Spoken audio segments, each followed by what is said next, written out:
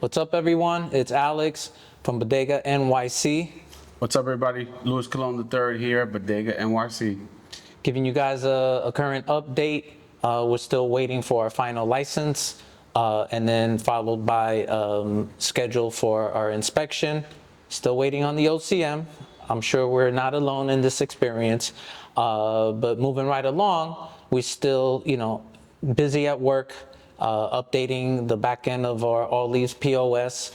Yours truly curating the menus, hand picking all the strains, calling all the brands, having some important partnership conversations of what that's going to look like going forward. Shout outs to Cannibals Edibles. We're going to have them on our shelves. I've been building with them for quite some time. Shout out to Snoozy. Snoozy's going to be rocking on our shelves as well.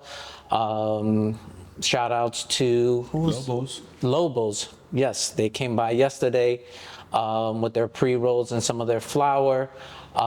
So yeah, we're excited. We got more coming, more brands coming along on the way. We just signed up on LeafLink. Very good service.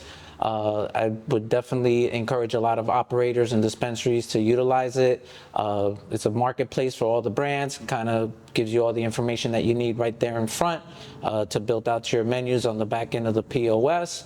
And then, in terms of just business of cannabis, I think it's pretty hard to not recognize what's going on in the economy right now with these tariffs. Yes, they will impact cannabis sometime down the road. We don't know exactly when, but it will, and it will affect everybody up and down the supply chain, from cultivators to manufacturers to processors to retailers. Just think most things are manufactured in China. And so, those costs are definitely going to be passed along to the consumer.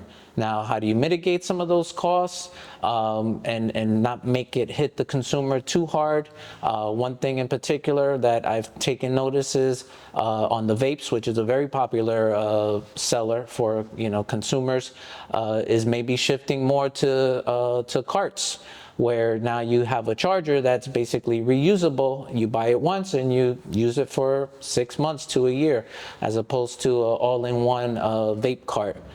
Things to think about, things to prepare, and keep in mind, this is a margin business, so keep things lean and mean.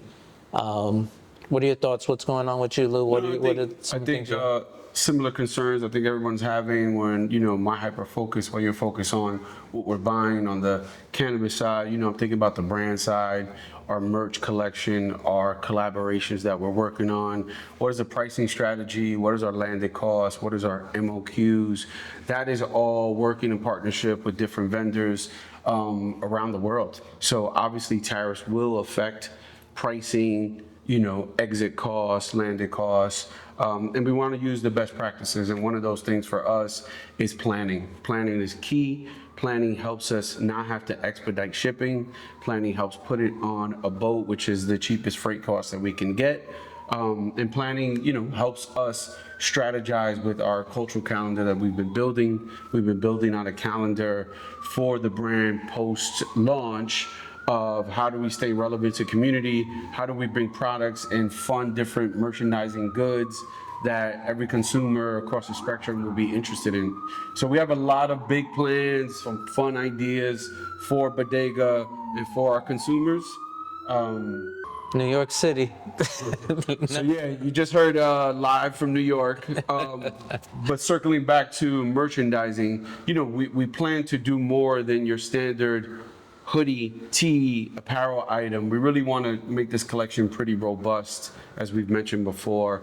And part of that is, taking into account what's going on today with tariffs and strategizing against how we can mitigate costs and how we can make sure we bring the best quality and the best timing on goods. So with that, I want to also pivot and talk about what you're doing on the back end with our brands and how we're putting them into our POS system. What's that process been like? You've been leading that charge.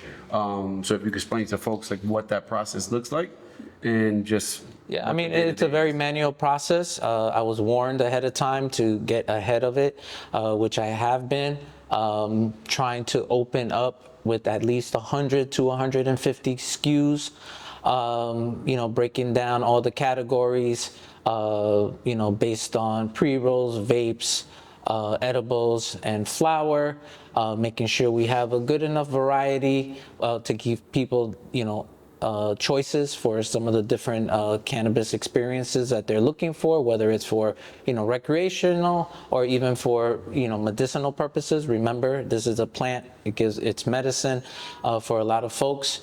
And so, it's definitely exciting. I mean, as most people know, I come from legacy market.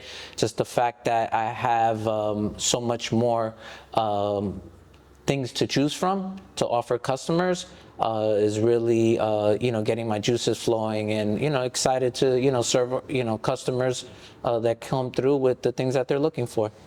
Yeah, I think you hit it on the head. I think our partnership between Alex and I think we have different disciplines. We bring different history and relevancy from our work and what we've done. And part of your hyper focus has been the buying and selecting. Part of what I'm helping do is actually the merchandising. So our partnership there, and you being good cop and me being bad cop sometimes actually works. One challenge that we've had, just to speak frankly, is that a lot of brands want to have big presentations on our shelves.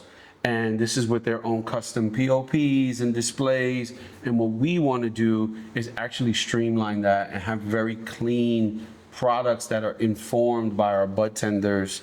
And, our customer experience is going to be a bit different, because while our shelves are going to be built out by category, we don't want to have this loud sell you, with the big brand on the shelf. We want the products to be spoken to through our bud tenders and the education that they have, do the